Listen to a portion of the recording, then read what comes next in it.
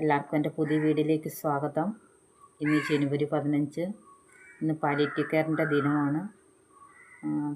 ഈ ദിനത്തിൽ ഒരു പാലിയേറ്റീവ് കെയർ നേഴ്സായിട്ട് സേവനമനുഷ്ഠിക്കാൻ എനിക്കും ദൈവം തന്ന അവസരത്തെ ഞാൻ നന്ദിയോടെ ഓർക്കുന്നു.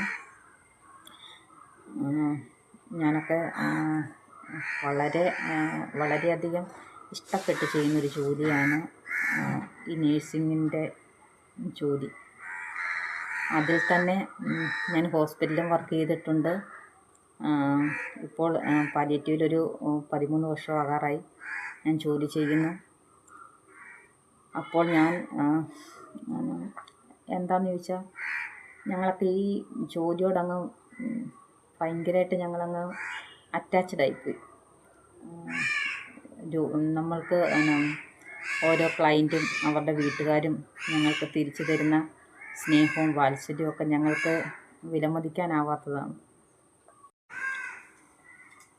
എനിക്ക് തോന്നുന്നത്, നമ്മൾ ഹോസ്പിറ്റലിൽ വർക്ക് ചെയ്യുവാണെങ്കിൽ നമുക്ക് ഇത്രയും തൃപ്തിയോടുകൂടി നമുക്ക് ജോലി ചെയ്യാൻ സാധിക്കത്തില്ല. നമ്മുടെ ആ ജോലി തിരക്കിനിടയിൽ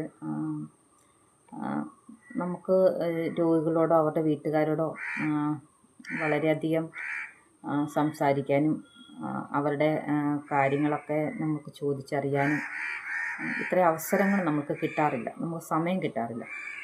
പക്ഷെ ഞങ്ങൾ വീടുകളിൽ ചെന്ന് അവരുടെ ചുറ്റുപാടുകൾ മനസ്സിലാക്കി അവരുടെ ചുറ്റുപാടുകൾക്കനുസരിച്ച് ഞങ്ങൾക്ക് ഓരോ കെയറും നമ്മൾ ചെയ്തു കൊടുക്കാൻ എനിക്ക് തോന്നുന്നു പാലിയേറ്റീവ്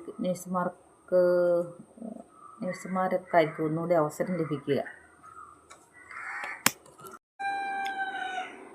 ഈ വർഷത്തെ സന്ദേശം അയൽപക്ക കൂട്ടായ്മകൾ ഉണ്ടാകട്ടെ എന്നാണ്.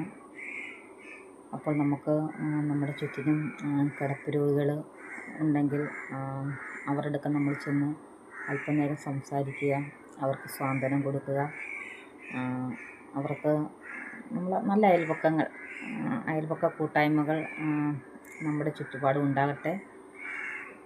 എല്ലാവർക്കും എൻ്റെ ഹൃദയം നിറഞ്ഞ പാലിയേറ്റീവ് കെയർ ദിനാശംസകൾ.